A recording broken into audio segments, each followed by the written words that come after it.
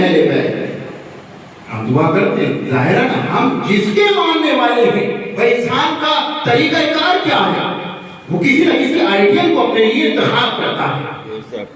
اور یہ ظاہراً آج کے دور میں بھی اگر کوئی انسان بغیر آئیڈیل کے عمل کر رہا ہے تو اس کی زندگی ناقص کہلائی جاتی ہے.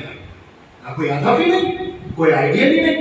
پروردگار نے کہا تمہیں آئیڈیل تلاش کرنے کی ضرورت نہیں ہے، ہم نے 14 آئیڈیل تمہارے سامنے رکھ دیے ہیں، تمہیں ان کے مطابق زندگی گزارنی ہے.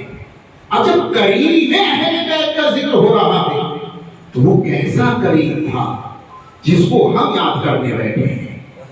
جب امام جعفر صادق علیہ السلام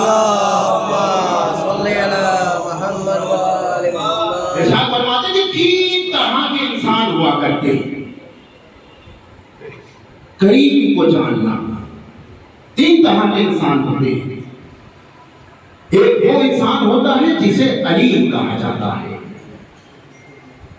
ایک وہ انسان ہوتا ہے جسے بخیل کہا جاتا ہے، ایک وہ انسان ہوتا ہے جسے سخی کہا جاتا ہے، اور ایک وہ ہوتا ہے جسے کریم کہا جاتا ہے. کریم کو پہچاننے کے لیے کون علیم کون؟ علیم اسے کہتے ہیں جو خود بھی نہیں کھاتا اور دوسرے کو بھی کھانے نہیں دیتا. جب امام کوالٹی بتا رہے ہیں، صفات بتا رہے ہیں. علیم کون؟ کہ جو خود بھی نہیں کھاتا اور دوسرے کو بھی کھانے نہیں دیتا. بخیل کون؟ کہا خود تو کھائے گا مگر سامنے والے کو کھانے نہیں دے گا. تیسری صفت کہا سخی. سخی کون؟ کہا سخی وہ جو خود بھی کھاتا ہے اور دوسرے کو بھی کھلاتا ہے. مگر کریم اس شخصیت کا نام ہوتا ہے جو خود کھائے یا نہ کھائے مگر سامنے والا بھوکا رہے. کریم اہل بیت، امام حسن مشتبہ کی سیرت میں جو کریم اہل بیت کا لقب ہے یہی ہے کہ سامنے جو آیا یہ نہیں پوچھا کہ کہاں سے آیا ہے، بلکہ اس کی حاجت کو پورا کیا گیا. بس آخری اپنی بات بتا. ایک جو معاملہ جامع امام حسن مشتبہ کا جب ذکر ہو تو صلح امام حسن کا بھی ذکر ہوتا ہے. آج ایک سلسلہ بنا ہوا ہے اور کافی کتابوں میں اس چیز کی طرف اشارہ کیا گیا اور لکھ دیا گیا امام بہت توجہ. یہ ایک میں اس چیز کی طرف اشارہ کر رہا ہوں جو ابھی کتابوں میں آ چکا ہے مگر ابھی ظاہر نہیں ہو پا رہا. کیا کہا گیا؟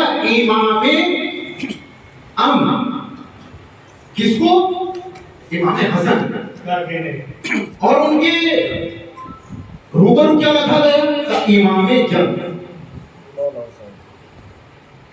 یہ ایک پروپیگنڈا ہے جو تیار کیا جا رہا ہے یہ بتانے کے لیے. دیکھو امام حسن کا اگر ذکر ہو رہا ہے تو وہ امن والے ہیں اور امام حسین نعوذ باللہ جنگ کے معاملات میں وہ شامل تھے. میں اکثر یہاں سوچا بھی کرتا ہوں اور کہا بھی کرتا ہوں کہ ہمارے یہاں جو سب سے بڑا مسئلہ پیش آیا ہے وہ یہ کہ ہم نے سیرت اور اقوال اور کردار کو فقط دیکھا، سمجھنے کی کوشش نہیں کی. یہاں نہ سمجھنے کی وجہ بڑی جو امام امن لکھ دیا گیا.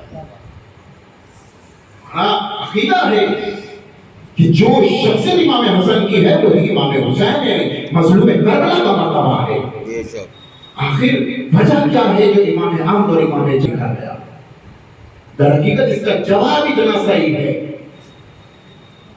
کہ صلح امام حسن در حقیقت باطل کے مقابلے میں جنگ کا نام ہے اور کربلا کی جنگ در حقیقت انسانیت کے امن کا نام ہے.